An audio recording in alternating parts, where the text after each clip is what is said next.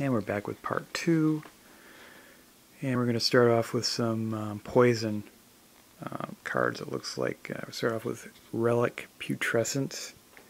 What a name. Okay. Enchant an artifact. Whenever enchanted artifact becomes tapped, its controller gets a poison counter, which is kind of...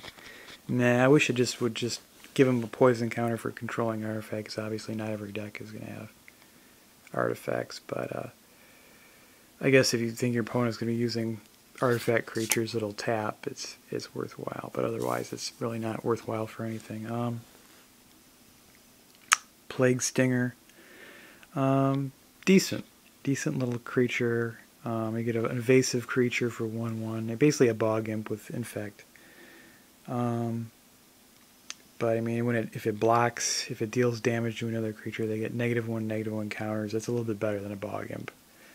If they deal damage to a player, they get poison counters, and that's, again, well, I don't know if it's better than a bog imp, but it's debatable depending on what kind of deck you put it in. Overall, not bad. You know, delivers poison with cheap evasion, basically. Not too bad.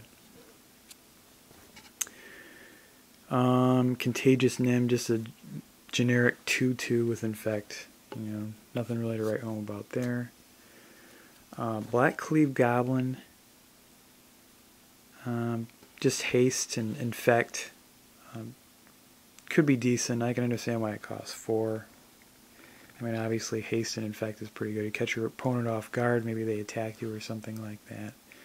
And they're left open. Maybe they only need a few poison counters left to get killed, and you swing in with this guy out of nowhere. And he's not bad. He's not great. Debatable whether he'll be played in poison decks or not. Probably not, just because of his casting cost. But maybe he's a 1-of or 2-of or something like that. Corpse Cur, basically just a artifact Gravedigger with infect that only affects infect creatures in your graveyard. So, not bad overall.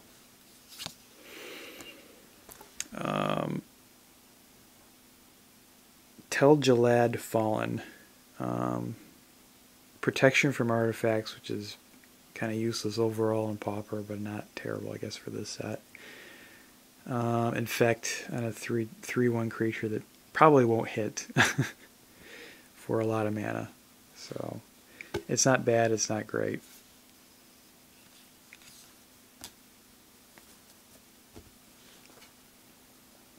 Iron Claw Mirror, this guy's actually pretty good. He's probably going to get in for infect because it essentially has sort of a nice ability that gives him sort of quasi evasion. You know, your opponent isn't going to really want to block this guy because their creature's just going to melt and die if they do. So more often than not, I can probably see him getting in. Since you're not actually dealing damage, you're dealing poison counters. More often than not, he'll probably sneak in to deliver his poison. So not too bad for 2. Blight Mamba. Again, this is kind of debatable whether this will get played or not. Nice ability with the regeneration. Pretty cheap. You just get a 1/1, but it regenerates. And it has infect. So I mean, it can be really pretty horrible to try to get rid of this thing. I mean, if you don't have, you know, a decent removal, I guess, to take care of it. Could be just a mini plague on creatures. You know, you let him through maybe the first few times, and then he just keeps coming, and then, you know, it's debatable. Sisbear, this one seems pretty good to me overall. Just a fat 2/3 for 3, which is pretty good, and he has infect. It seems pretty straightforward, pretty nice. Sunspear Shikari. As long as Sunspear Shikari is equipped, it has first strike and lifelink. And I think this is actually pretty good, but it really depends on what kind of equipment you use with it. Probably something that's going to give it a decent power, you know, power toughness type thing. But yeah, overall not bad. Definitely needs other cards to be good, but overall not bad. I mean, lifelink is pretty pretty rare in Pauper. So, plus you get a decent 2/2 for 2. That's not terrible. Goblin Gavalier. You really get a lot here for one red. You get a standard 1/1 who has trample, and he gets +2/+0 for each equipment attached to it. So you could just load this guy up and send him to town. Toughness boosting artifacts on this thing I think would be great, because I mean he just boosts his toughness up, and he's gonna get the power bonus anyways, and then you can just keep attacking with him until he's destroyed with removal or large enough creature blocks. I mean he's got potential for a lot of trouble. So pretty good. A quarter shield. I actually like this card, and just comes into play. Helps out metalcraft pretty well. If you have the extra mana lying around, you can equip it to a creature and give it a nice toughness bonus, so that's not too bad.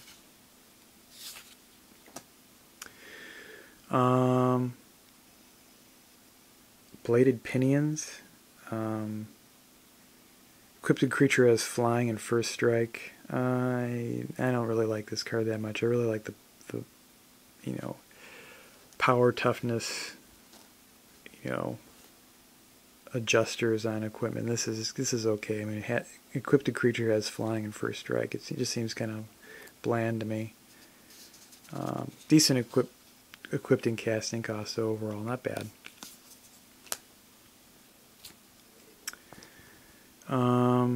Strider Harness, actually pretty decent, and kind of a heavy casting cost overall at 3, but I mean its equip cost is only 1, so you can sort of scoot it around pretty easily after it's been cast. And equipped creature gets +1/+1 and has haste, which isn't too bad. So if you want to bring out like an army of fast-hitting creatures, I mean this is pretty much your artifact. So not too bad. It gives them a nice power toughness augmentation as well, so makes me happy. Sylvok Lifestaff. This is a pretty good artifact. It's super cheap, just 1 to cast and 1 to equip. I think this would actually be another pretty good metalcraft artifact. Equipped creature gets +1/+0. Whenever a equipped creature is put into a graveyard, you gain 3 life. Of course, anybody who's ever played Magic knows creatures go to the graveyard, fairly often. So I mean, you can basically turn a negative into a slight time bonus by gaining life. So not too bad.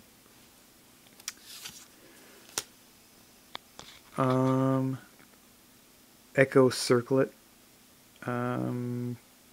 Cheap casting costs. Equipped creature can block an additional creature. Now apparently this is cumulative, so if you have extra Echo Circlets, they can block even more creatures. So maybe in a wall deck, maybe in a deck that has creatures where you want to defend a lot, hopefully have high toughness, because if they're defending lots of extra against lots of extra creatures, they're going to get destroyed pretty fast. But not bad, not completely great. I wish it gave a little bit of a toughness bonus or something, but it's not bad. Glimmer Post, pretty good. I mean, this is I think the first time in a long time I've seen any sort of common land, non-basic land not come into play tapped. You get a nice life bonus for each locust in play, which this land counts as a locust. So it basically counts itself and any other locusts in play. Then you just add a generic mana to your mana pool. Obviously pretty good in the Cloud Post deck, because I mean, you're going to have 8 of these things now, 8 locusts. And actually I found they're not bad just by themselves. Just having as a 4 of in a deck, the Glimmer Post by itself is abusable with the a core Skyfisher, and anything else that needs to maybe bounce your own permanents is additional cost. And it's real nice because it just doesn't come into play tap. You can just use it immediately after you bring it back into play. Sky Eel School, 3/3 for 5, pretty bad. And then when Sky Eel School enters the battlefield, draw a card, then discard a card. That's pretty not good. Moving along. Molder Beast. Kind of a heavy creature. I really wish this was like a 4/4 or even like a 5/4 or something. Just that 3 toughness doesn't do it for me. It just screams burner. Some type of other cheap removal hitting it. Has trample whenever an artifact is put into a graveyard from the battlefield. Molder Beast gets +2/+0 until end turn. So basically this thing can turn into a trample machine, potentially, and roll over your opponent, which isn't bad. So it's kind of iffy. And I guess in a set full of artifacts and equipment and stuff like that, you could possibly get his toughness up there so he doesn't just get hammered by something. Lose a heavy mana investment. Scrap Diver Serpent. Actually, this is one of the better serpents that I've seen. You get a 5/5. When I originally looked at this, I thought it can only attack if the defending player controls an artifact, but it can attack regardless of artifacts or not. Scrap Diver Serpent is unblockable as long as defending player controls an artifact. That's pretty darn good. And you get a solid 5/5, which is pretty good. Unfortunately, his casting cost is not pretty good. But yeah, if you can figure out a way to get this guy out pretty early, I think he's a pretty decent monster. And I'll continue this in another video.